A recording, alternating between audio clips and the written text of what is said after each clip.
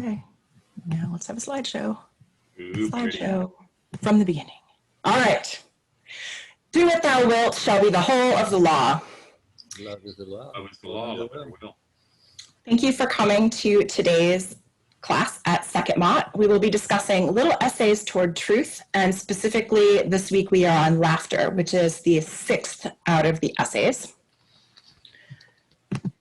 If you are not a dues-paying member of Second Mott, we would sincerely appreciate your donation of $10 via PayPal. However, if that's a financial hardship, don't worry about it.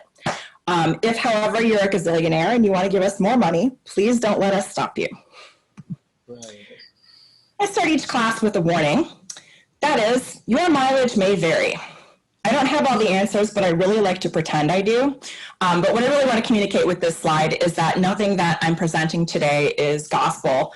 I've got the prophet's words, Crowley's words in his essay on the screen for you to look at, but a lot of the other research materials that I've done or included are based on my thoughts and my opinions, and you may have different thoughts and different opinions. And in fact, I encourage you to have your own thoughts and opinions. So if I say something that you totally disagree with, feel free to disagree and we'll talk about it. All right, first, I start each class with the word of the day. And since we're talking about laughter, let's talk about it. So the word laughter is actually a very old word in the English language. It comes from Germanic into Old English and German at roughly the same time. So it's been around a long time. English is a Germanic language, so despite the fact that we've taken a bunch of other languages into the alleyway, beat them up and ransacked their pockets for vocabulary, we've had laughter for a long time. One of the reasons we've had laughter for a long time is that laughter is very old in an evolutionary sense as well. So as you can see from this quote from this paper that I found on the screen, it talks about the evolution of human laughter can be traced back to between 10 and 16 million years ago.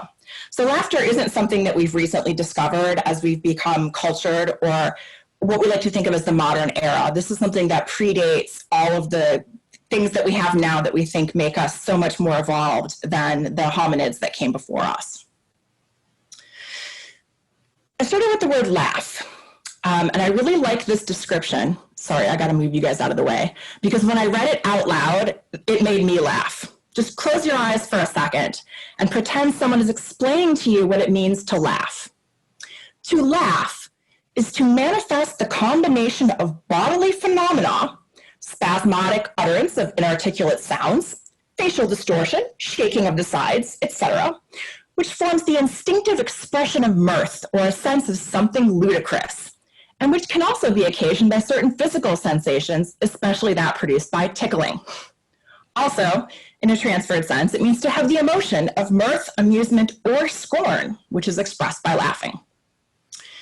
The Oxford English Dictionary has a number of proverbial and figurative phrases that include the word laugh, the majority of which we don't use and none of which I found amusing, so I've omitted them. Laugh is also attributed poetically and rhetorically to inanimate objects, chiefly with reference to movement or play of light and color, which is apprehended by the expression of joyous feeling. Next slide. Whoops, back. So for laughter itself, laughter is, the action of laughing. It's a manner of laughing. There's also a reference to Homeric laughter, which I found interesting because Homer isn't necessarily known for being comedic. The Iliad and the Odyssey are epics, but no one really calls them comedies. According to the OED, the first occurrence of the word laughter that is documentable is in the epic Beowulf in the year 611. Laughter is also used to mean a laugh, although the particular usage is fairly rare. It's used in various obsolete phrases. Again, I left those out. It can be a subject matter for laughter, which also is somewhat rare. We don't talk about, oh, that's a laughter. That's not a modern usage. What I found interesting is that just like we have a murder of crows and a herd of cows, and I'd like to propose a conspiracy of Thelemites, a laughter is also the name for a company of hostlers. So you have a laughter of hostlers. And hostlers, for those who don't know, were essentially cow herds or horse herders. They were in charge of keeping the transportation animals together. And in modern usage, a hostler is someone who is in charge of connecting and disconnecting tractor trucks that are the 18-wheelers that take goods on the road. So I found that personally interesting. Again, your mileage may vary. See, it was about a truck and I talked about mileage. That's extra funny, at least in my head. With a slightly different word origin, not from the Germanic, but from the Old Teutonic, a laughter is also the whole number of eggs laid by a chicken or other fowl before she's ready to sit. So there might be 6 eggs in a laughter, or there might be 12. The recipe can change. So the first thing I look at when I look at a word, if you've been to this class before, is I go straight to the Darby Bible. And that's because Crowley, being raised in the Plymouth Brethren Church, had the Darby Bible as pretty much his exclusive reading material during the first part of his formative years. When I looked into the Darby Bible, I found a number of interesting occurrences of the word laughter. Here they are for you. In Psalms, then our mouth was filled with laughter and our tongue with rejoicing. Then said they among the nations, Jehovah hath done great things for them. So coming from Psalms, we have a poetic usage associated with rejoicing.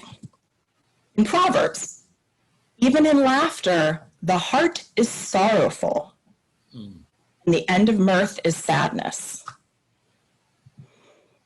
In Ecclesiastes, there are 3 mentions of laughter. Vexation is better than laughter, for by the sadness of the countenance, the heart is made better. As the crackling of thorns under a pot, so is the laughter of the fool. This also is vanity. I like this one. A feast is made for laughter, and wine maketh life merry, but money answereth everything. Also filleth one's library. That was 1019. Yeah. Oh. And then the final mention in the Darby Bible of the word laughter itself is in the New Testament in James. Be wretched and mourn and weep. Let your laughter be turned to mourning and your joy to heaviness. So as we look through the essay that we're about to read today, I'd encourage you to keep in mind these presentations of laughter in the Darby Bible, ranging from rejoicing and mirth to sorrow, woe, and mourning. Misery. Ordinarily, when we think about laughter, sort of in a day-to-day sense, we associate laughter with something funny or with a happy, light thing. But notice how many of these references in the Darby Bible are to sorrow and woe and decidedly not funny, not happy topics. Laughter also appears many times in the holy books of Thelema. So I tried to cut this section short, so I had to leave out one of the books, but I did put the references in the slides. First, we have Liber Cordis Sancti Serpente. And laughing I chid, as in the past tense of chide, and laughing I chid him, saying, no whence, no whither. And the swan being silent, he answered, then if with no goal, why this eternal journey? And I laid my head against the head of the swan and laughed, saying, is there not joy ineffable in this aimless winging? Is there not weariness and impatience for those who would attain to some goal? So there we have 2 references to laughing and laughter in one 3-verse chunk. And then much later, but the master shall have had his reward. The laughter of the mockers shall be a ripple in the hair of the beloved one. So we have both a happy laughter and we have a mocking laughter. Moving on to Ararita, we have so wrote the exempt adept, and the laughter of the masters of the temple abashed him not. Nor was he ashamed hearing the laughter of the little dogs of hell. And I thought this was interesting because Ararita is the book that is given to AA probationers or AA students who are in the grade of Philosophus. And if you have your handy-dandy Kabbalah diagram, you can take a look at where Netzach is. It's hanging out over here, number 7. It is, Netzach is victory. It's associated with the vision of beauty triumphant, as we've mentioned in a prior class. And it's also part of the Ruach. Now, if you remember back to the first essay on man, the Ruach is those 5 Sephiroth centered around Tiferet, with Tiferet as the center. And that is the ego self and the sort of mental part of the constitution of man. Now here, this funky little Greek business, grammatically, this is actually very important. This is something that I'm fairly certain Crowley would have picked up later on in his life as he began to study at a more advanced level and moved out of the Darby Bible and into learning Greek and Latin as part of the classical education of his era. It's often translated as o, m, or o, m, me, the H being an eta, and it's sometimes shortened to om. This is grammatically a double negative, whereas in English, a double negative becomes a positive. I ain't got no satisfaction. I can't get no satisfaction. In this particular form of Greek, a double negative emphasizes it, like, no, really, really no. And it was also Crowley's motto as an exempt adept. So the reference to, I looked up what this might come from, if there were any double negatives, and the original use of this in the Bible comes from this phrase in Mark. Verily I say to you, I will no more drink at all of the fruit of the vine until that day when I drink it new in the kingdom of God. And while I didn't bother to look up the context because I can only hack so much Bible at once, this is the phrase in which that double negative occurs, that om. And according to Crowley, this means no, certainly not. And it refers to the practice of denying the reality of any of the rational concept thought. So all of the things that exist below the abyss, this is the no, this isn't reality, no, this isn't reality, like really, really no, this isn't what's real. Whoops, I went backwards. Let's try again. There we go. Section 4, back to Liber Cordis Sancti Serpente, is 4 verses together in chapter 4. Spake the Magister VVVVV, who we know to be Crowley, unto Adonai his God. And they played together in the starlight over against the deep black pool that is the holy place of the holy house beneath the altar of the holiest one. But Adonai laughed and played more languidly. Then the scribe took note and was glad, but Adonai had no fear of the magician at his play, for it was Adonai who had taught all his tricks to the magician. And the magister entered into the play of the magician. When the magician laughed, he laughed, all as a man should do. And finally, the last piece from this holy book is from the 5th chapter. Also, I was in the spirit vision and beheld a parricidal pomp of atheists, coupled by 2 and by 2 in the supernal ecstasy of the stars. They did laugh and rejoice exceedingly, being clad in purple robes and drunken with purple wine, and their whole soul was one purple flower flame of holiness. I really liked the phrase parricidal pomp of atheists, kind of like that's what you call a herd of atheists. They're a parricidal pomp. And just to make sure I knew what I was talking about, I looked up parricide, and I find this very interesting. Parricide refers to the killing of a parent or other close relative. That's the primary definition. So a parricide could be a patricide, which is killing your father, or a matricide, which is killing your mother, or a fratricide, which is killing your brother or sister. And in Roman times, that extended to your step relatives, to your first degree cousins, to your grandparents, to your children's children, et cetera, and so forth. The secondary definition of parricide is much more interesting to me. And that is the act of killing a person, such as the ruler of one's country, who stands in a relationship resembling that of a father. And so I invite you to consider what a parricidal pomp of atheists, who they might be killing if they are killing a person such as the ruler of one's country, who stands in a relationship resembling that of the father. And further food for thought, if you happen to have some free time to meditate on it, what it is that Thelemites might be parricidal about. But I'm not committing you to commit any act that ends in side. My goal is always to end the day without one of those. Finally, we move to the book of the law. In chapter 2, we have beauty and strength, leaping laughter, and delicious languor, force and fire are of us. Without getting too much into interpretation, this is a description of us, the Thelemites, of the children of Nuit. We also have a lodge in Minneapolis that is named Leaping Laughter for this verse. Later on in chapter 2, we get, "Begone, ye mockers, even though ye laugh in my honor. Ye shall laugh not long. Then when ye are sad, know that I have forsaken you."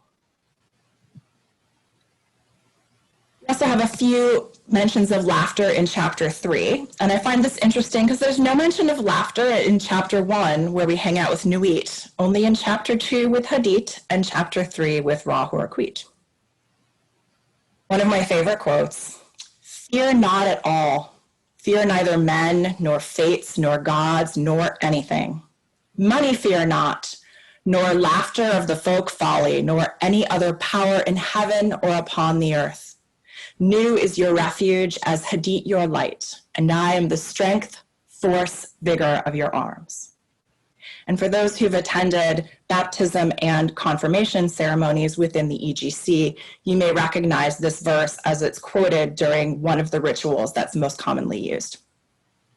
Finally, the last mention of laughter in the book of the law comes from chapter 3, verse 42, which I would argue, without trying to be a center of pestilence, was an instruction to Crowley.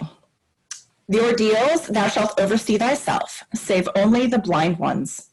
Refuse none, but thou shalt know and destroy the traitors. I am Ra Horaquit, and I am powerful to protect my servant. Success is thy proof. Argue not, convert not, talk overmuch. Them that seek to entrap thee, to overthrow thee, them attack without pity or quarter, and destroy them utterly. Swift as a trodden serpent, turn and strike. Be deadlier than he. Drag down their souls to awful torment, laugh at their fear, spit upon them." This is also the portion of the program where I ask you to forgive the fact that there are a few typos here. So it is "success is thy proof, not they proof." It is not my intent to change the book of the law with even a letter of the word. Finally, here are some references to Liber Liberi. Like I said, in order to keep us to 90 minutes, I had to cut out at least one book. There are references to laughter in chapters 2, 3, and 5 of Liber Liberi. Also, this book is a little more difficult to get granular about the verses because if you don't understand the context of the whole story, sometimes the verses don't make sense, but I invite you to take a look. Moving forward, now let's talk about what Crowley actually said. So this, as I do each week, I've chosen one screen that will be the basic setup for the words that are Crowley's so that it will be very clear to you what are Crowley's words in this essay that we're reading and what is, shit Mackay came up with. So, Ben, will you please read this first section for us? The common defect of all mystical systems previous to that of the Aeon, whose law is Thelema, is that there has been no place for laughter, but the sadness of the mournful mother and the melancholy of the dying man are swept in the limbo of the past by the confident smile of the immortal child. Question for the audience. Who are the mournful mother and the dying man?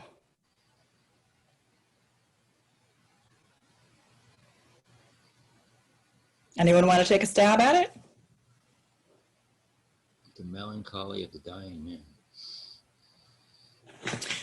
Well, my thoughts, and again, your mileage may vary, but that the mournful mother and the melancholy of the dying man are references to Mary as the mother of Jesus and the dying man as Christ on the cross, fulfilling a formula of the age of Osiris, which is the aeon of the dying god.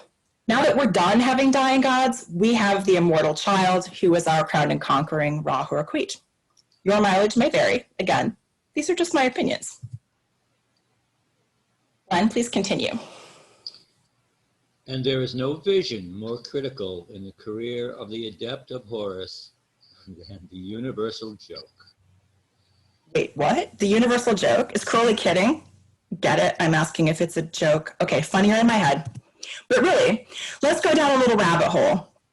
By the way, I really wish I had found the Alice slides when we did the series on Wonder, because this would have been awesome, but you got pop art for Wonder. What you gonna do? Universal joke, it turns out, is a thing. It's not just a random reference that Crowley inserted to try to sound cool. And in fact, there is an essay from the Book of Lies called Onion Skin. Oops, that is about the trance of the universal joke. So Glenn, will you honor us with reading the Book of Lies, chapter 14, Onion Skin? Does it end with he said, or is it cut off? Yes, you got it. The universe is the practical joke of the general at the expense of the particular, quoth Frater Perdurabo, and laughed. But those disciples nearest to him wept, seeing the universal sorrow. Those next to them laughed, seeing the universal joke. Below these certain disciples wept. Then certain laughed. Others next wept. Others next laughed. Next others wept. Next others laughed. Last came those that wept because they could not see the joke. And those that laughed lest they should be thought not to see the joke, and thought it was safe to act like Frater Perdurabo. But though Frater Perdurabo laughed openly, he also at the same time wept secretly, and in himself he neither laughed nor wept, nor did he mean what he said. I love this because it's the essence of Crowley to me. It's everything all together. Well, I'll invite you guys to chime in if you have thoughts. And I should warn you, I can't actually see the chat box because I'm sharing my screen. So if I open that, it will show up here, which is not the goal for the video. So if you got thoughts, turn on your voice part and make noise. Well, to me, the universal joke is the cosmic giggle. Sure. And to me, the cosmic giggle is that ultimately we are all of one substance. However, with our own egos, we all think we're separate and individual. So I may know that you're over there and I'm using your eyes to look at me. And you're over here using my eyes to look at you. But if you believe something else is really going on, I will laugh at the cosmic giggle. I like it. Anybody else want to throw something down? We have disciples that are laughing, disciples that are crying, crying then laughing, laughing then crying. Why are we laughing and crying at the same time, everybody? Because they're not getting it. Right, have you ever been to one of those parties where someone tells a joke and it's obvious that there's some little piece of knowledge you don't have that would make the joke funny, and everybody else gets it, and you're kind of like, I think I should laugh so I don't look stupid? That's part of what's going on in the story. There are some people that are laughing because they don't want to look like they just got caught with their pants down. But we also have people who are crying because other people are crying, and they understand that in the context of the universal joke, if you look back to Crowley's essay on sorrow, right, the trance of sorrow is on the bottom part of the tree of life from Malkuth moving up, is realization that, oh, everything in the universe around me that I can see and touch and feel and emote and relate to is fake. None of this is real. And as we talked about in the class on sorrow, that comes in part from Crowley's influence from his time practicing Buddhism, which teaches that it is attachment to things and people and concepts and ideas here in this world, like below the abyss, that leads us to sorrow, right? We're setting expectations a certain way, and they're not in accord with the bigger reality. They're only in accord with our limited, like, meat suit vision. Whereas the trance of sorrow, when you're looking from Bina down, is the understanding that in order to experience incarnation and to develop yourself spiritually, you have to cross the abyss and experience that pain of separation from the supernal mother, supernal father, and the spark of that God self at the top of the tree in Kether that eventually trickles down to make you in the meat suit. So a few comments on this essay on the Book of Lies. I have paraphrased Crowley's commentary. This particular book is called Onion Skin, or this particular essay is called Onion Skin, which refers to an incident in the play Peer Gynt. And for those of you who are not familiar with Peer Gynt, it is a play written by Henrik Ibsen, famous Norwegian playwright. He also wrote A Doll's House, which you may have had to read sometime in high school English or maybe in college if you took a theater class. It is loosely based on a Norwegian fairy tale, and Ibsen believes that it was actually rooted in fact, that fairy tale. It's an epic. This is the kind of play that literally takes a whole day to stage.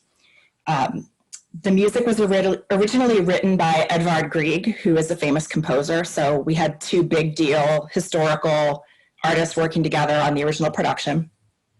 And this is an epic journey. Per is the main character, and Per goes on to experience all the things there are to do. He makes mistakes. He's kind of pushed around by the winds of fortune. He ends up getting exiled from his homeland. He becomes a merchant at some point. He ends up going down to North Africa and then eventually makes his way back up. He meets the Sphinx. It's like big, epic adventure.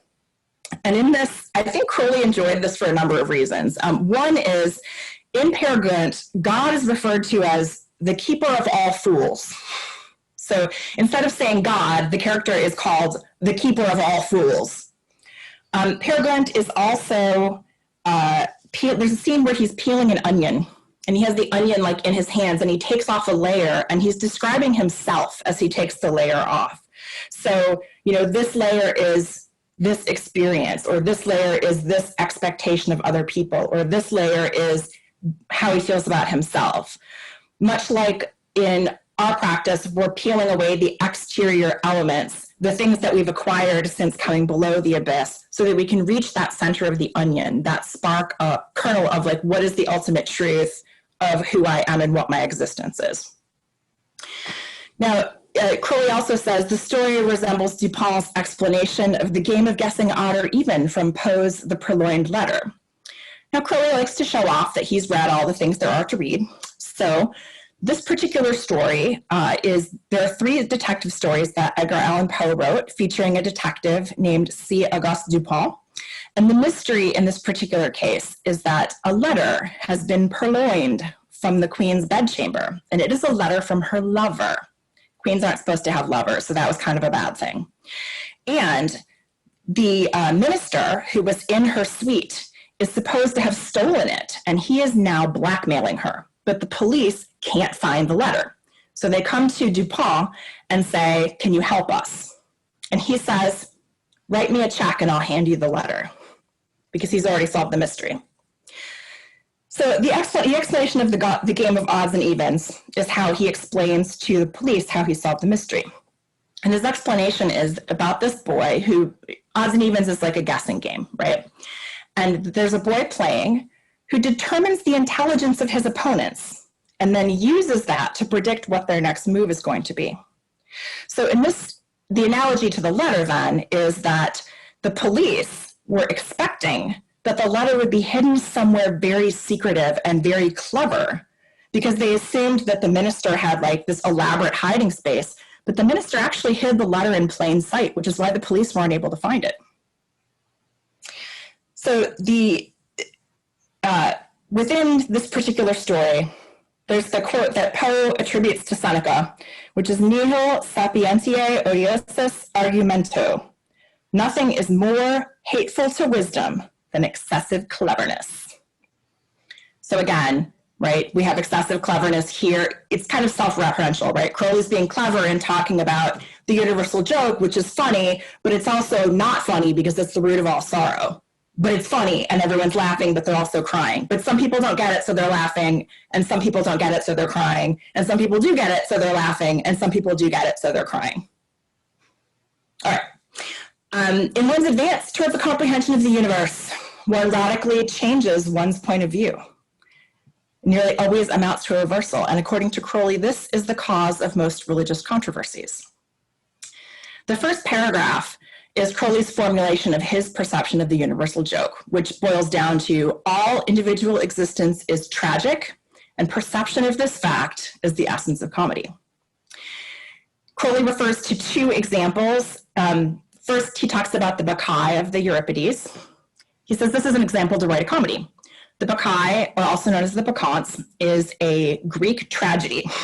The essence of the story is that there's a king who outlaws the worship of Dionysus. This does not go over well with Dionysus. In fact, he's kind of pissed. But the king says, no more worshiping Dionysus, we're only worshiping like the real god here. So Dionysus disguises himself as a, hot young thing and convinces the king to secretly come to these Dionysian rites.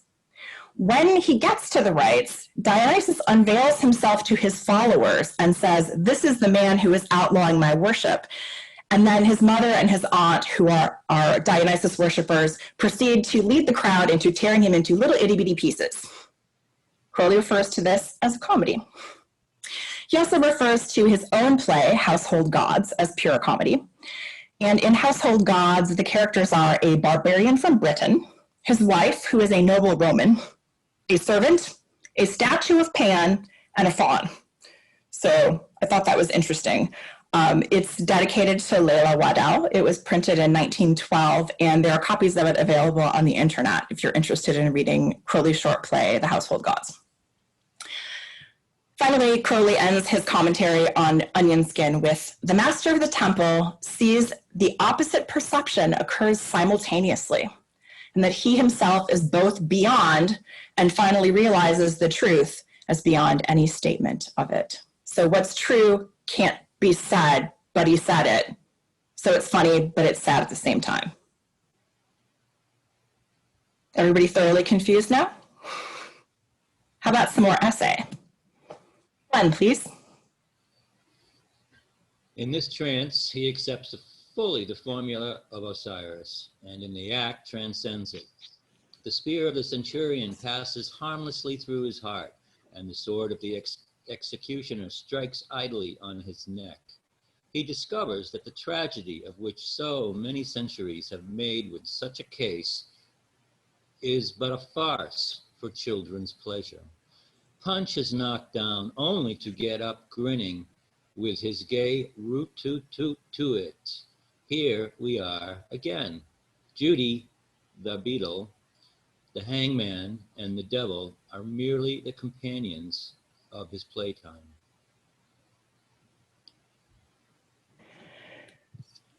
Go down another little rabbit hole so we know what the hell Crowley's talking about. First, Punch and Judy, or as I call it, Fun with Crowley with History. Punch and Judy were literally a puppet fight show. You may have seen, this is an engraving I found online, but there are multiple versions of this. It's literally a farce for children's pleasure. The main characters are Mr. Punch, who is dressed always as what we would consider a jester, with like a hat with bells and the colorful, crazy outfit. Judy, who is his wife. There's a character called the baby, who Punch is constantly dropping on his head. And there's the constable. There are multiple who would be the equivalent of the beetle in Crowley's essay. So there are other characters that feature more and less prominently depending on what the story is, but the entire thing is slapstick comedy. Think like Keystone Cops, there's always somebody who's got a stick who's hitting somebody else and they fall over and die, and then poof, they come back up and they start over again with something else. It's all completely nonsensical. The characters are stock characters that are largely based on the Italian Commedia dell'arte, and the stories of Punch and Judy were so famous that I guess the nearest thing I could come up with would be like pop TV references. So if you're of a certain age and somebody says yada yada yada, everyone knows, yeah, that's a Seinfeld reference, right? Or if you say, gosh, they're all coming to mind from Seinfeld now that I've said that. If you make a joke about Ross and Rachel, or oh, there's such a Ross and Rachel, like everyone knows you're talking about Friends. So Punch and Judy had a number of stories, kind of like episodes of a sitcom from the modern era. And the stories were so well known that they never really did the whole episode. They just kind of did the good parts because people knew right away what the rest of the story was. So children's comedy, slapstick, very like farcical, not serious at all, no pretense that it represents reality. Oops, is that the right one? Page down, page down. Right. Okay, so we've talked about this tragedy being a farce for children's pleasure, comparing to Punch and Judy. But what about this formula of Osiris? So, what the hell is the formula of Osiris, and why do we care in the age of Horus? The Aeon of Osiris, as Crowley says, is dominated by the paternal principle of the formula of the dying god. This is your Christ mythos, your Dionysus.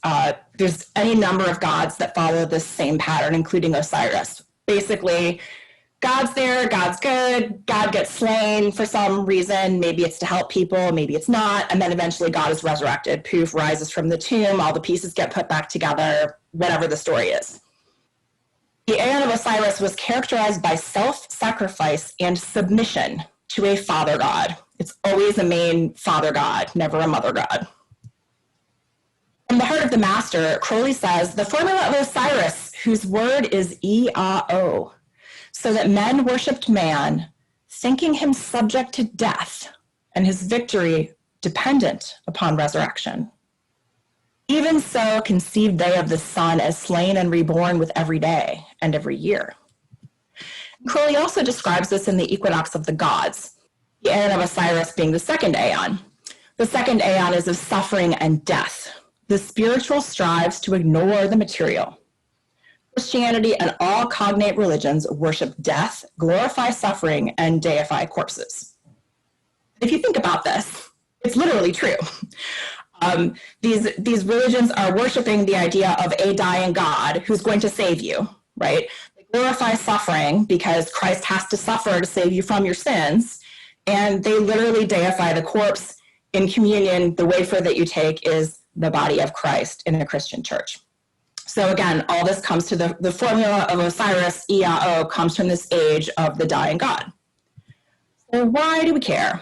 Because in Little Essays Toward Truth, Mastery, which we'll get to in a few weeks, Crowley says, the Aeon of Horus is here, and its first flower may well be this, that, freed of the obsession of the doom of the ego and death, of the limitation of the mind by reason. The best men again set out with eager eyes upon the path of the wise, the mountain track of the goat, and then the untrodden ridge that leads to the ice-gleaming pinnacles of mastery. In other words, now that we're no longer worried that, oh my God, I'm gonna die and there's no one around to save me, and I have to, think about this logically within this tiny little box, we have the freedom to explore our true nature. And by setting on the path of the wise, you can think of that as starting in the meat suit Malkuth with the Ruach driving as we try to move ourselves up the tree. So I was going to take some time to try to explain the formula of E-A-O, and then I realized that this is a whole class unto itself. So instead, what I'm going to recommend is that you lay your hands on a copy of Magic Book 4, aka the Big Blue Brick, or find a copy online, and read chapter 5 on the formula of E-A-O. That won't give you everything, but it'll give you more than I can give you in a class that's really about laughter. Remember, we're reading this essay about laughter. So Crowley refers to the formula as the principal and most characteristic formula of Osiris, the redemption of mankind. Great, we got the Osiris reference. But in the age of Horus, he says, it should be remarked that the formula of E-A-O, is essentially the formula of yoga or meditation. In fact, of elementary mysticism in all its branches. He compares the formula of E-A-O to alchemy, and also to the legend of Prometheus, who stole fire from the gods and was punished for it, and what he calls the fable of Jesus Christ. And in part of this chapter, he says, the formula of E-A-O, remember that's the formula of Osiris, is a formula of Tifereth. Tifereth being that center sphere on the tree of life that's in the middle of the other 4 spheres that with it comprise the Ruach. And Tifereth as being that reflection of Kether, of that light of the God spark from above, reflected in the sun, which is Yakida, Kether being Yakida. All right, So you're going to have to go look up some more EAO on your own. But in this trance of the universal joke, we accept the formula of Osiris, EAO, and figure out, hey, this tragedy, it's really pretty funny and it's okay to laugh. Little Punch and Judy action, and on we go with the essay. When? Did you jump down? Do you see one that says so since? Yes, so since, after all, the facts which he thought tragic are real enough. The essence of his solution is that they are not true, as he thought of himself. They are just one set of phenomena, as interesting and as fatuitously impotent to affect him as any other set. His personal grief was due to his passionate insistence on contemplating one insignificant congeries of events as if it were the sole reality and importance of the infinite mass of manifestation. So this week's vocabulary lesson from Crowley. The word fatuous means silly, pointless, or frivolous. So we have a set of circumstances that are fatuously impotent. They are pointlessly impotent. They are frivolously impotent. And, that same set of facts or circumstances is referred to as one insignificant congeries. And the congeries are a disordered jumble. Think of it as a pile of crap, like what your basement looks like or what the garage looks like before it's cleaned out. Everything just thrown together in every willy-nilly way.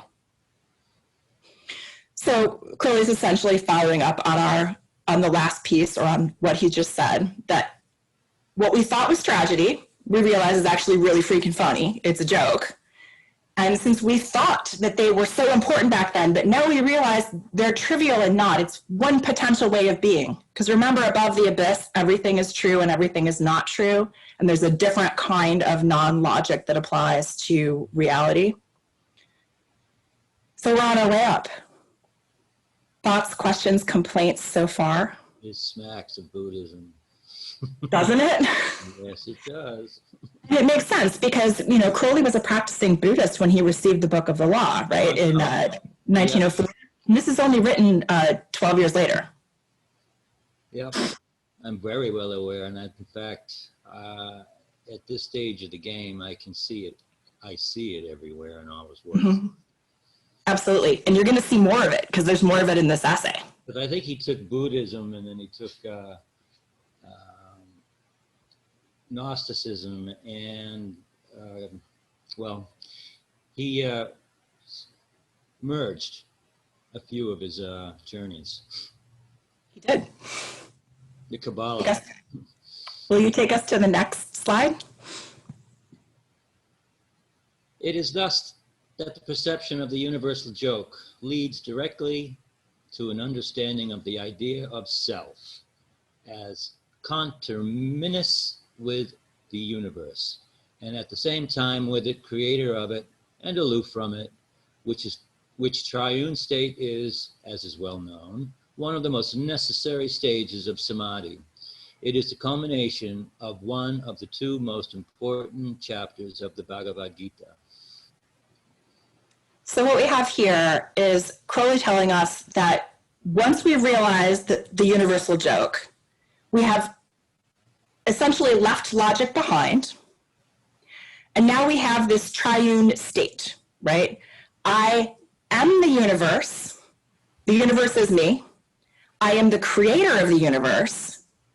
And I am completely apart from the universe, holding all three of those things to be true at the same time. Whereas previously, when we had the limited perception that all of those tragic facts were true, it was, I am a tiny part of the universe, and that's it. So we've gone from, I'm a member of the part of the universe to the whole universe is me. I created it, and I'm totally apart from it. I had a question on this. Yeah. I mean, are you sort of, is your interpretation of this, is this sort of like a thing that you realize after crossing the abyss? Is that how he's framing it, or how you would think he's thinking of it? So this is, I would say, something you acquire on the way to the abyss. So it's not, I don't want to say that I think Crowley is trying to say you have to absolutely get it, the whole thing. But you've moved from the idea that, okay, I am bound in this box, that I am one small piece of the universe. I'm going to set that aside. And now I can contemplate that all three of these statements are true. Now, maybe I can't reconcile them all because the logic doesn't really work there, but I can sit and think, I am the universe. The universe is an extension of me, like it all exists here and it all exists out there. I can think, I am the creator of the universe, so I made the thing. And I can think, the universe is over there because my reality is higher up this tree part of this spark of God. So I don't think it's necessarily grasping all of those things at once as boom, but the idea that you can stop and think about them now because you're no longer bound by that previous perception that you're only the little tiny piece. Does that help at all? Yeah, absolutely. So it's almost like you're getting glimpses of it. I mean, it might not be something that you totally, feel like you totally get or sense all the time, maybe until you've made more progress, but you're kind of getting the idea. Totally. Exactly that. Exactly that. Because he says it's necessary to get to samadhi. And we're going to talk about samadhi in a minute, but that's the highest. So this is something you have to get before you get there. So as your practice evolves, I would say, I've been told, I won't base personal experience, I've been told that as you continue with your practice, now that you've got the grasp of these three things, you'll be able to make progress in a way that you couldn't when you were thinking, I am stuck in this little box. I am a tiny piece. I see. That's great. Thank you. You're welcome. Thanks for asking. So another rabbit hole, we're going to talk about samadhi a little bit. Samadhi. Ever get that feeling of deja vu? We talked about samadhi in a previous essay, but for a refresher course, it amounts to just meditate, dude.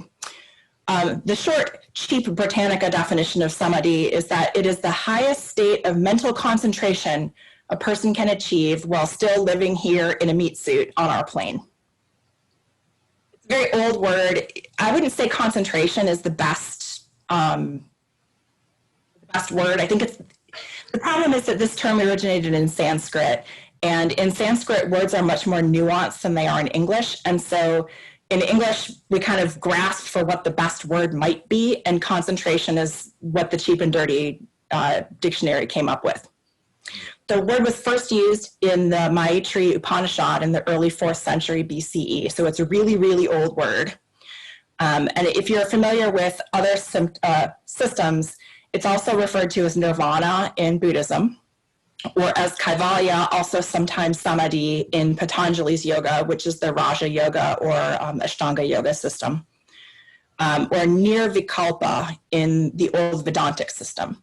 And the way that the word is put together may give you a better idea of how to create a meaning for yourself that's better than concentration. Sama means equanimity. It's like a balanced, calm, even, reaction-free state. And di is taken from the word buddhi, which in Sanskrit means the intellect. So samadhi, if you put them together, is like the balanced, even-keeled state of your mind. So it's not being pulled left and right and all these different directions by what's going on around you, or by thoughts that are going through, or by oh, look, a bright, shiny thing. It's that completely even, moment of Zen, so to speak. It's also associated with being union with God, or the vision, the tiniest little experience at the beginning of union with God. And ordinarily when spiritual paths talk about samadhi, you start and you get a little peak. I describe it to people like doing a handstand. You work at doing a handstand, you keep trying. One day, you'll finally get it. And once you realize that, you're like, holy shit, I'm doing a handstand, and then immediately you fall out. Because you've gone from focusing on being in that moment to oh my God, I'm gonna celebrate that I did it, and boom, your ass hits the floor. And then maybe with a little practice, you can get to the handstand and be like, I'm gonna focus. And you can hold that handstand a little bit longer. But then it goes away because you can't stay there forever. And then you practice a little more and you get to the handstand and you don't even think holy shit, I made a handstand. You're like, this is a thing. So it's that evolution as you go along. You get a little samadhi, you get a little more, you get a little more, you get a little more, and then maybe eventually you hit that state in your spiritual development where you can be like permanently samadhied. Okay. Also, because Crowley compared, made a reference to the Bhagavad Gita, which we'll go back to the actual words like in a second. The Bhagavad Gita is a section of the Mahabharata, which is one of the national epics of India, that is referred to as the Song of God. In short, the Gita is a dialogue between Arjuna, who is a Pandava prince, and his guide and charioteer Krishna. Yes, that Krishna of the Hare Krishnas, the blue one who plays the flute, that guy. And it's funny because the way the story is told, instead of being, you know, Arjuna says this and Krishna says this, and they just put that scene in there, the way that the story is told is a king who is nowhere near Arjuna or Krishna asks his seer, tell me what's going on the battlefield. We're on the eve of a very serious war between two tribes of brothers, the Pandavas and the Kauravas. And the seer then, who's blind, of course, because, you know, Tiresias and that, apparently you had to be blind to be a seer, right? Relays this dialogue. He says, king, you know, Arjuna is really despairing. And so he's asked Krishna for advice. And Arjuna's dilemma in the Gita is that his duty as the Pandava prince is to lead his army in battle and go kick some Kaurava ass. But the problem is that they're relatives. So it's kind of like he's been asked to, you know, go to war with, maybe his in-laws are the wrong metaphor, but it's like his dad and his dad's brother each put together an army. And so now he's got to go kill all of his cousins. Parasite. And that's right. And that's his divine duty. Right. That's the fratricide parasite. Here we go. Kill all the relatives. And Arjuna's like, this seems like a waste. I don't really know that I want to kill all these people. There's going to be a lot of blood. Like, think about all the kids that aren't going to have parents anymore. And, you know, is this really best for the kingdom? Maybe the Pandavas should just say, like, okay, we don't really want to be in the government anymore. You guys take it and we'll be good. And Krishna's like, screw that noise, Arjuna. This is not your job, right? He says, look, you have a duty to uphold the Dharma. And in this case, the Dharma is individual required action. I would say that this is equivalent to true will. This is Arjuna's destiny. This is what he was born to do. So Krishna's telling him, like, look, dude, you don't have the choice to just opt out. This is what you were born to do. Go do the thing. And the dialogue in the Bhagavad Gita covers a wide range of topics beyond Krishna just telling Arjuna to get the hell out of bed and get on the battlefield and lead his brothers. It covers all kinds of other ethical and philosophical issues. So Crowley refers to the Gita a lot. It's in Magic Book 4. It's in the Temple of Solomon the King. In pretty much every recommended reading list he ever put together, there's a version of the Bhagavad Gita. I would caution that there are a lot of crappy translations out there, and you probably don't want to read any one of them that's by a swami or somebody who has a serious agenda to push. I can recommend a couple of translations if people are interested later. You can send me an email or we can chat after class. But anyway, Crowley found this really important. Like, seriously, every reading list ever, it's on the AA list, it's in Libre E, like everywhere you go, Crowley's like, read the damn Bhagavad Gita. Also, as a side note, Swami Vivekananda had a strong influence on Crowley. He was the first Hindu Swami to participate in the Parliament of World Religions. He came over to the US, essentially started smoking and drinking a bunch, and, you know, life went to hell in a handbasket. But in 1896, he wrote a book called Raja Yoga. And Raja Yoga, which means royal yoga, is his commentary on the Yoga Sutras of Patanjali, which is another book that appears in Crowley's study curriculum. Now, Patanjali is the guy that came up with, there's 8 limbs of yoga, and 1, 2, 3, 4, 5, 6, 7, 8 is samadhi. So in addition to recommending that you read the Bhagavad Gita, I highly recommend that if you are interested in the Gita's influence on Crowley, that you take a look at Vivekananda's Raja Yoga. It's readily available in English. I don't know if it's out of print. I want to say the Vedanta Society keeps printing it, but it's pretty easy to find a copy. And you may also be able to find it online. again, we have the idea that bringing the Bhagavad Gita and Samadhi back to Crowley's words, once we know it's the universal joke, and we figured out, I am the universe, I made the universe, and I am not part of the universe, we can start working towards that equanimous union of mind with God, even-keeledness, and saying that it's the culmination of one of the two most important chapters of the Bhagavad Gita. Crowley never really says which two those are, so I have decided that he must mean the second chapter. Again, this is 100% my opinion. After you read the Gita, you may be like, no, Mackay, you got it wrong. But here's what I have for today. The second chapter of the Bhagavad Gita ends, well, I'll give you an overview of the last three shlokas, or the last three verses. So shloka 2.70, just as the ocean remains undisturbed by the incessant flow of waters from the rivers merging into it, likewise, the sage who is unmoved despite the flow of desirable objects all around him attains peace, and not the person who strives to satisfy desires. This is not my preferred translation. It's what I had at hand at the moment. But essentially, just like an ocean, your mind stops being distracted by all the stuff. It just is. And the next verse is about Krishna telling Arjuna to give up greed and give up ego and stuff. And the last shloka of the second chapter is 2.72. Such is the state of an enlightened soul, that having attained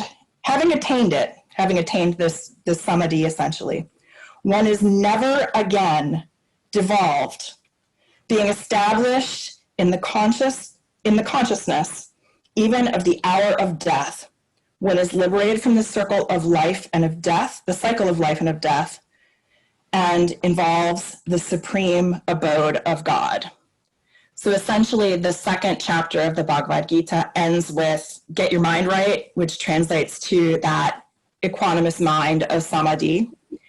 And the reference to the abode of God, I like to think of as the house of God, which you can think of as Kather, right, that above the abyss, or top Sephiroth, or perhaps even what is beyond that. So far, so good? Questions, comments, rude remarks? All right, we got a little more essay to go. Take it away, Glenn. I have to move you to the other side. There is a further merit in this matter. In the idea of laughter is inherent that of cruelty, as has been shown by many philosophers. And this is doubtless why it has been excluded by the mystic schools of pitymongers and from their dull curricula.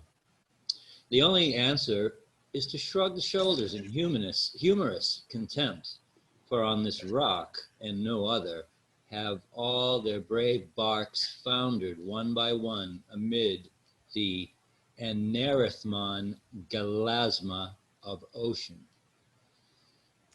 So where have we seen the idea of laughter and cruelty linked? In the beginning. In the beginning, right? There's a reference to laughter and cruelty, or laughter and bad things, right in the Darby Bible. So we have the idea from the beginning, and Crowley has this going into this point in his life, that laughter and cruelty go together. I mean, when something really awful happens to somebody, what do?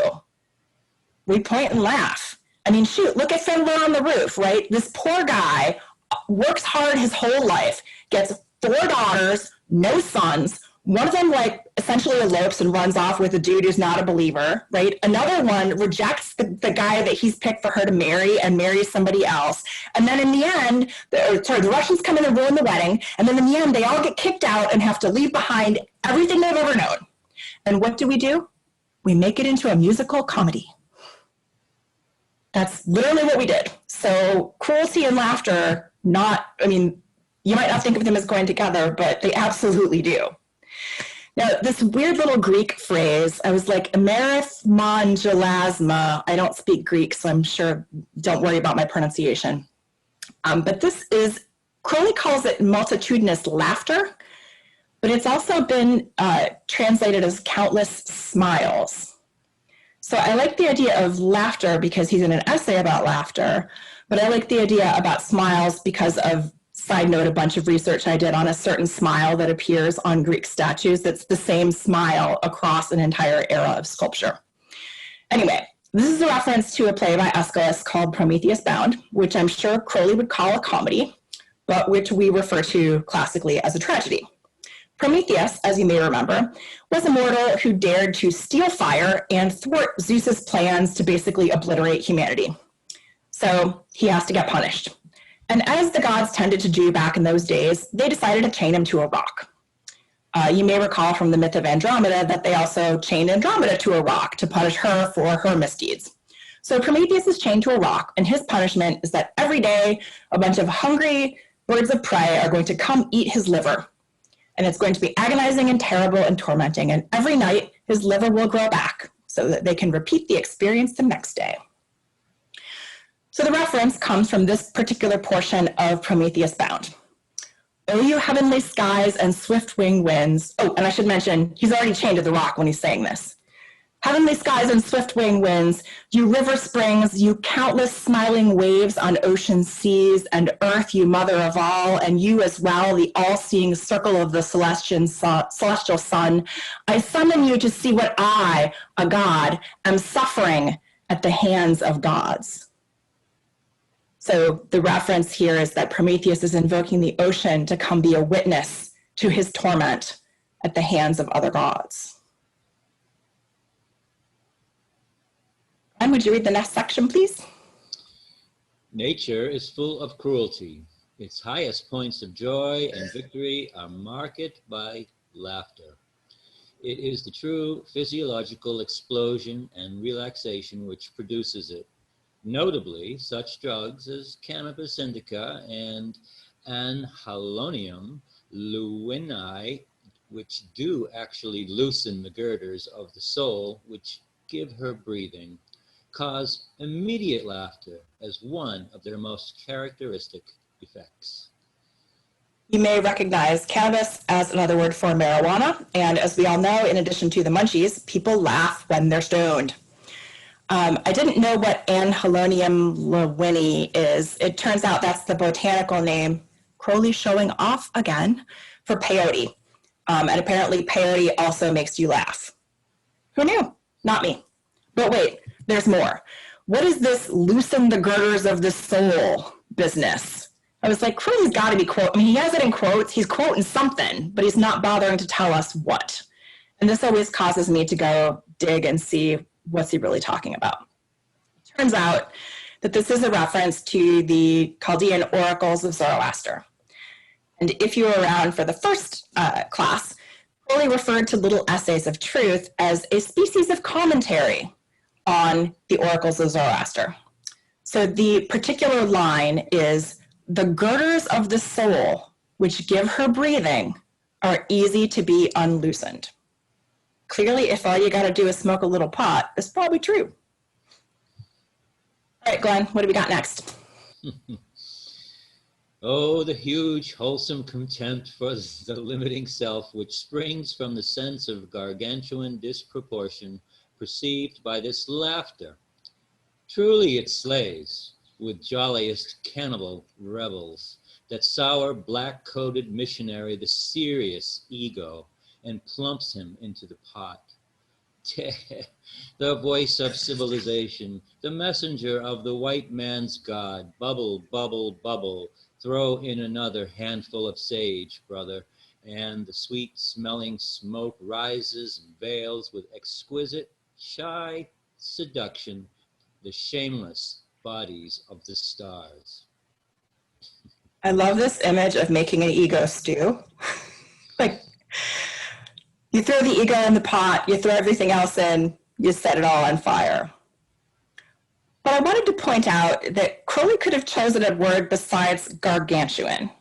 He could have chosen big, or gigantic, or large, or huge, or any one of another words, but no, he chose gargantuan, and he capitalized it. Now, Crowley often capitalizes words to bring attention to them or to bring them back to a certain definition that he has given for that word. But he also capitalizes words just to draw your attention. Sometimes it's a little sly, like nudge, nudge, wink, wink. You get what I'm talking about? So we're going down another rabbit hole. This one is about the word gargantuan, which is a very clear reference, especially because it is capitalized, to Garganta and Pantagruel.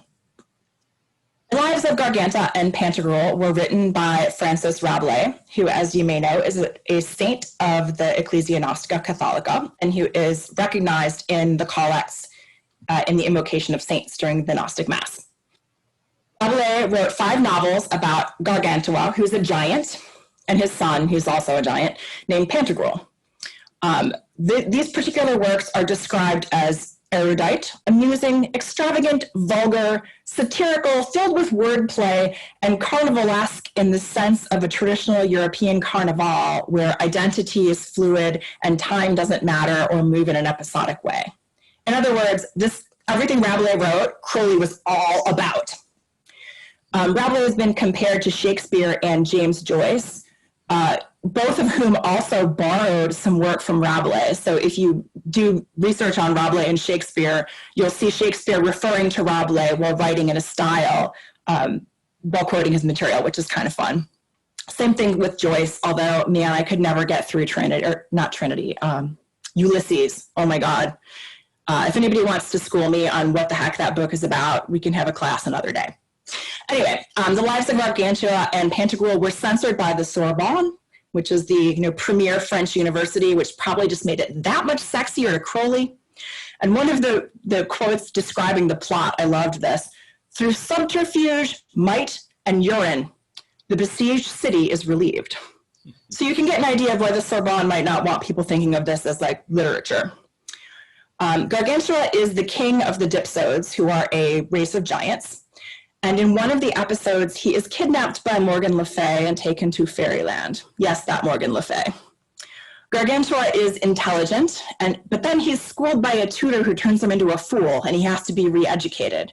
So there's some commentary here about formal education, some of which, even though Crowley is constantly showing off his formal education, Crowley also echoes in his own personal sentiment about education.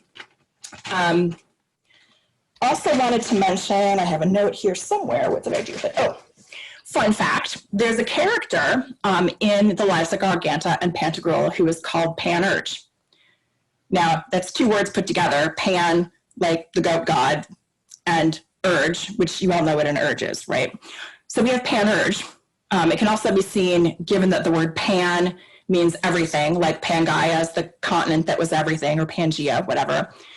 Things that are Pan-American is all of the Americas. So Pan-Urge is all of the urges put together. But Pan-Urge as a character is an exceedingly crafty knave. He is a libertine and he is also a coward. And there's a fun part of the story where for some reason they're on a boat and Pan-Urge buys a sheep, because naturally if you're going to the market for sheep, you buy them on a boat. I haven't read the story, okay? So he buys a sheep and he's angry at the merchant for overcharging him for the sheep. So he throws the sheep overboard into the ocean. And immediately, all of the other sheep that are on board jump over the edge of the boat to join the sheep in the ocean. And they're all lost. So there's now a reference, there's a, what do you call it? An idiom in French. They say a mouton de Pan-Urge, which literally means a sheep of Pan-Urge. And somebody who is a mouton de Pan-Urge is an individual who will blindly follow others regardless of the consequences. And I thought it was extra fun that we had at one point a local OTO body named Pan-Urge Lodge, referring not only to Pan-Urge, the character, and to Rabelais, and to the idea that Pan-Urge is a follower, and in the OTO and in Thelema we are not followers, but also to the idea of Pan and Urge, all of the urges coming together, leading to true will. Anyway, there's your fun fact about the history of Thelema and the OTO for today. So, onward, Glenn, let's have some more essay. Beyond all this for practical value, since the signpost at every turn of the path of the wise reads danger, Yet springing directly from it by virtue of this very slaying of the ego is the use of laughter as a safeguard of sanity. How easy for the charlatans of oratory to seduce the simple enthusiasm of the soul. What help have we unless we have the wit to know them as ridiculous? There is no limit to the abyss of idiocy wherein the quacks would plunge us. Our only saving reflex is the automatic joke of the sense of humor. I personally wonder if we've lost a little bit of this, because remember back in the day when somebody would tell you something completely outrageous and you would just laugh like, oh, come on, you've got to be kidding me. But like the first reaction was to laugh. Sadly, now it's on the internet, so it must be true. But a little bit more. Glenn? Robert Browning was not far from the kingdom of God when he wrote, "Rejoice that man is hurled from change to change unceasingly, his soul's wings never furled. And there is, after all, but little salt in the sneer of Juvenal's satyr est cum dicit Horatius evohe, for it is yet to be recorded that any man brought aid or comfort to his fellow by moping." We're about to get into the nerdiest dive yet. But before we do, remember the topic is, to start with, Robert Browning was not far from the kingdom of God. Perhaps he's referring to Kether or what is beyond. So let's go down that rabbit hole. Who the hell is Robert Browning?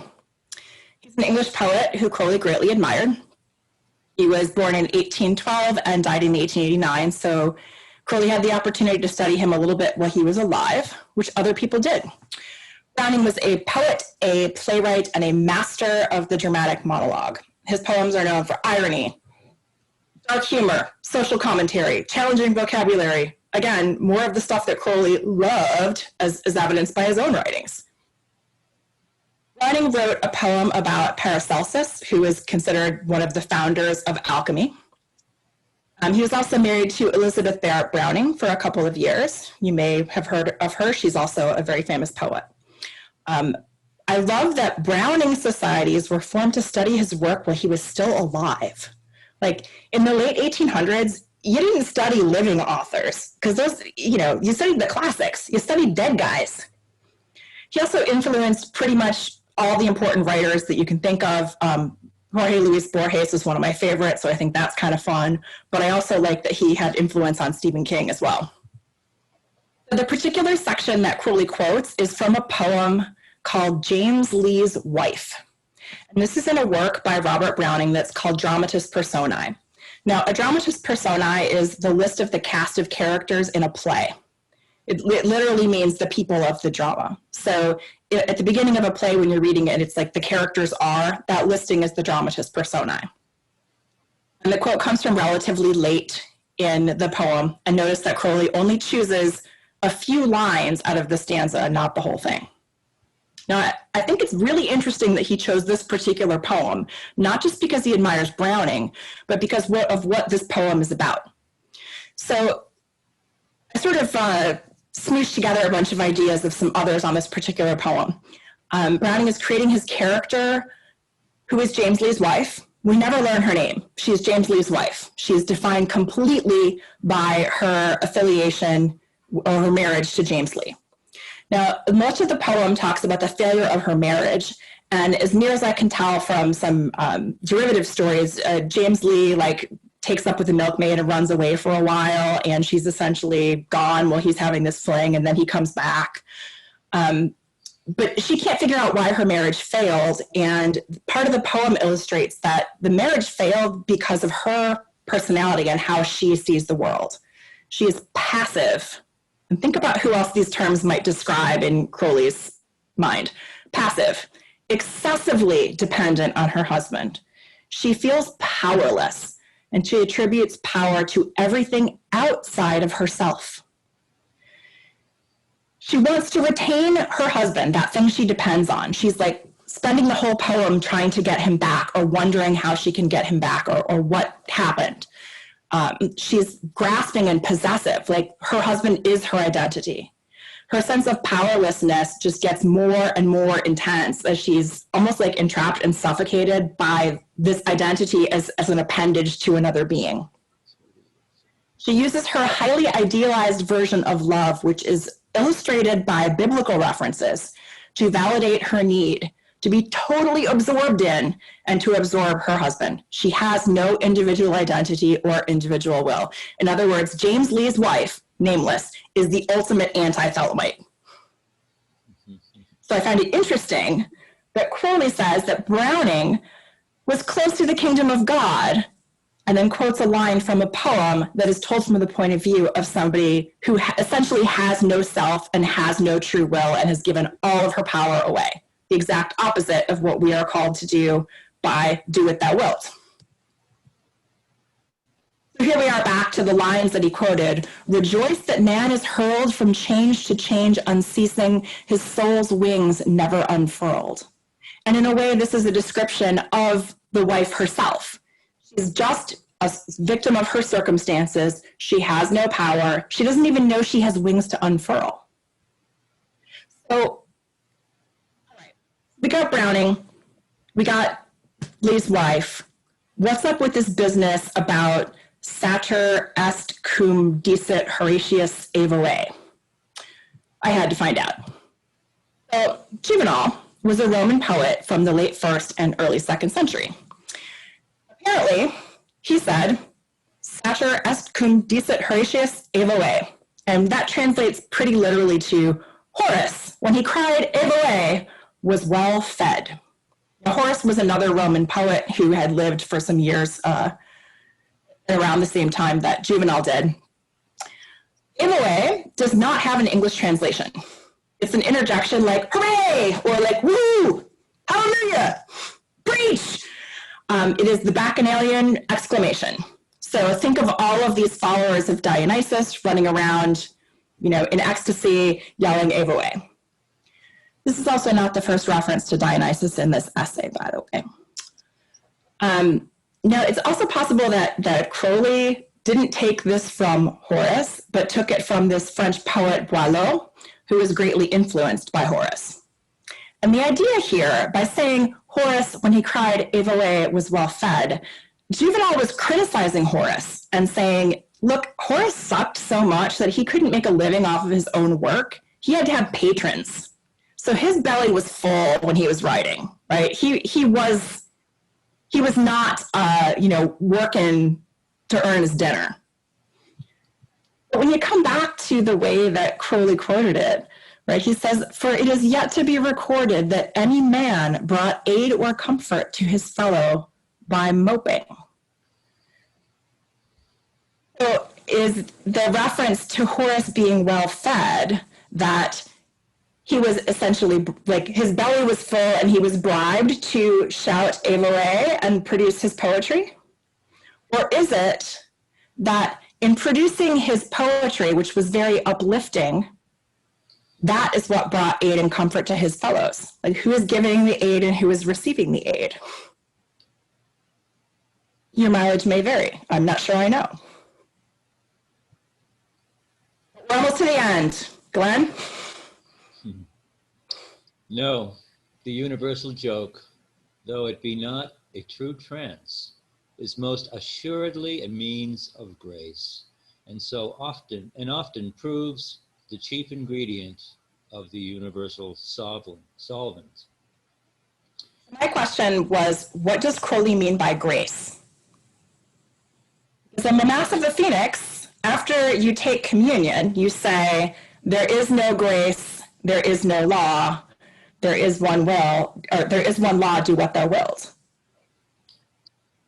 And communion in Christianity, think the Mass of the Phoenix, in case you're not familiar, Justin, is an individual communion ritual that's done by yourself, and you consecrate the host with some of your own blood. Crowley suggests making a slash on your chest, which is reminiscent of the image of the pelican feeding its brood on its own blood. So if communion in Christianity is a sacrament, an outward and physical sign of an inward and spiritual grace, and we have this statement that there is no grace in the Mass of the Phoenix, why the heck is Crowley saying that the universal joke is a means of grace?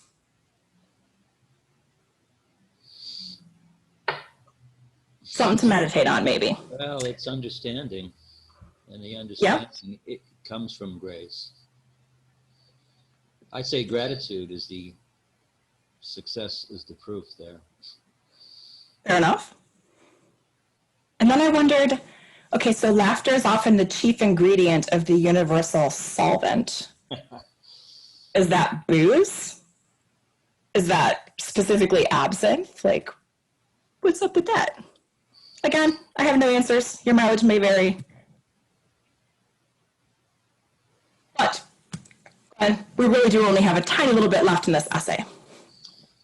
Back then to Browning, to the brave last words he wrote while fourscore struck upon the timepiece of his years.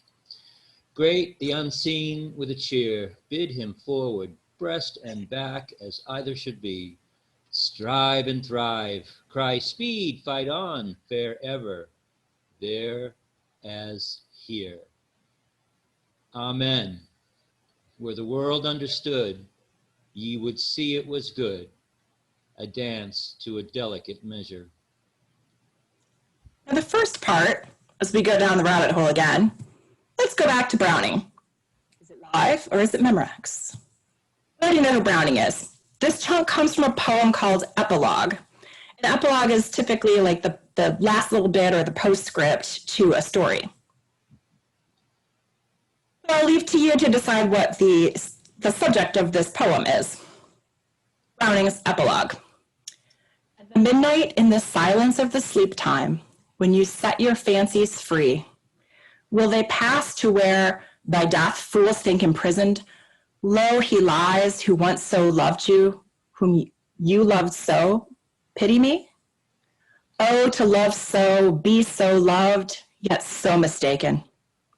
What had I on earth to do with the slothful, with the mawkish, the unmanly? Like the aimless, helpless, hopeless did I drivel. Being who? One who never turned his back but marched breast forward, never doubted clouds would break, never dreamed, though right were worsted, wrong would triumph. Held we fall to rise, are baffled to fight better, sleep to wake. No, at noonday in the bustle of man's work time, greet the unseen with a cheer. Bid him forward, breast and back as either should be, strive and thrive, cry, speed, fight on, fare ever there as here.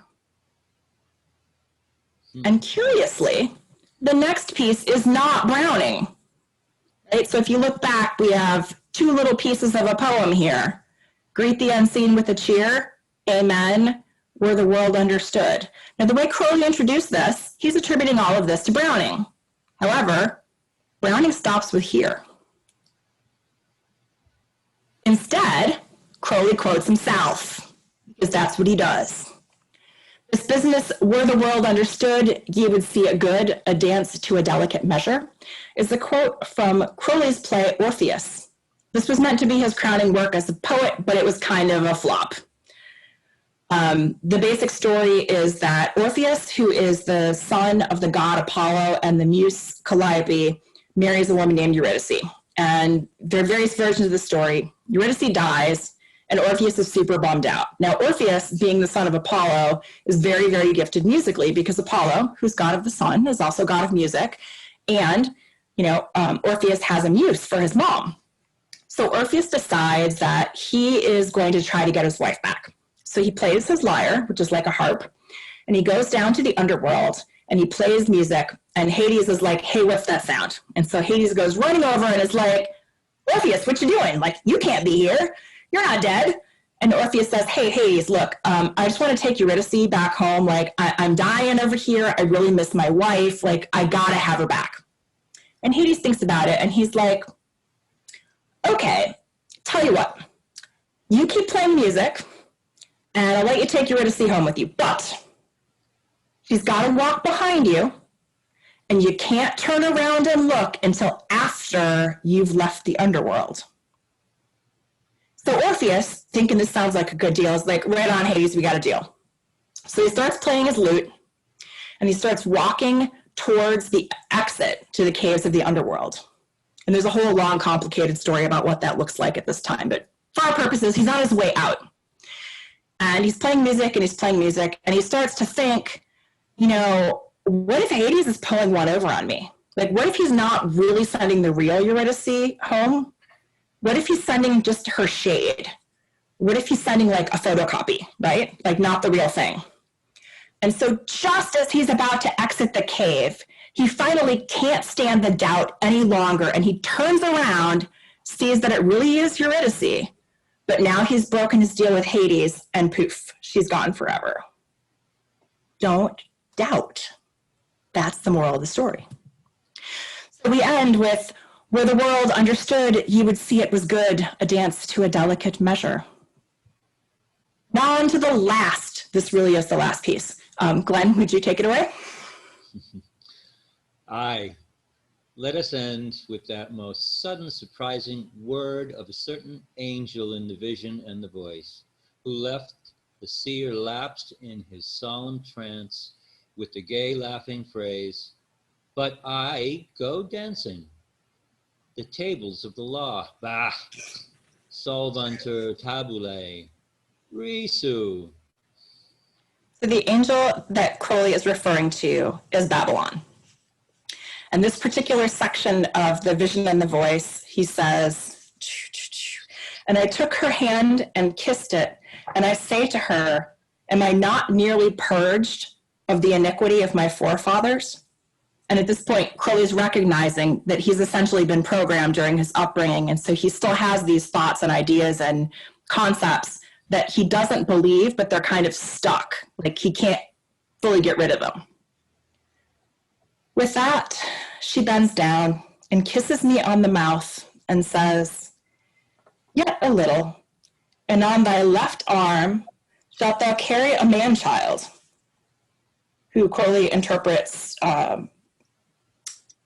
to be Charles Stanfield Jones, who's one of his pupils. Right. Get a little, and on the left arm shalt thou carry a man-child, and give to him to drink of the milk of thy breasts. But I go dancing. And Crowley's interpretation of that phrase in the vision and the voice is that the seer will soon be Isis rejoicing, which is the symbol of the master of the temple.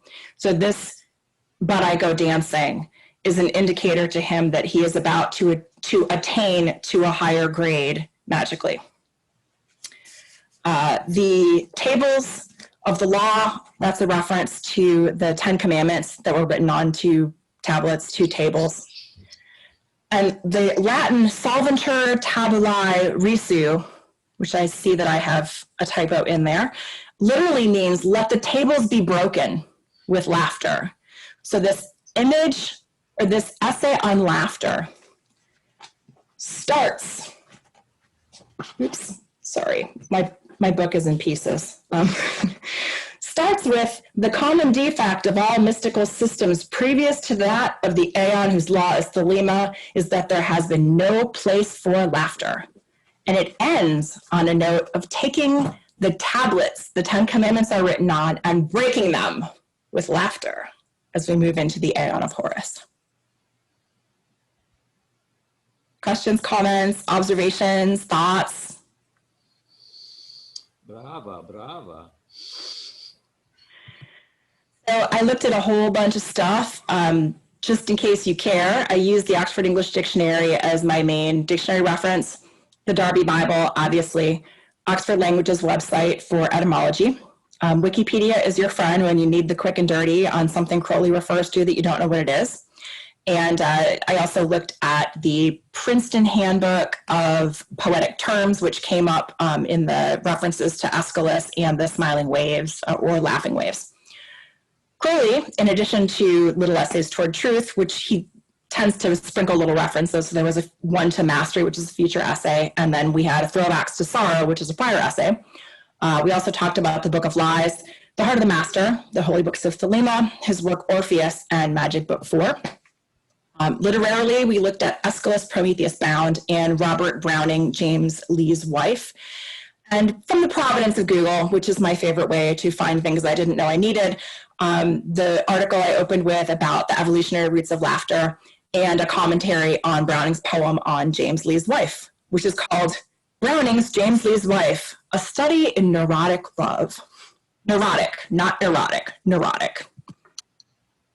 In conclusion, if you are not a dues-paying member of Second Mott, we would sincerely appreciate your donation of $10 if you can afford it. If not, don't worry about it.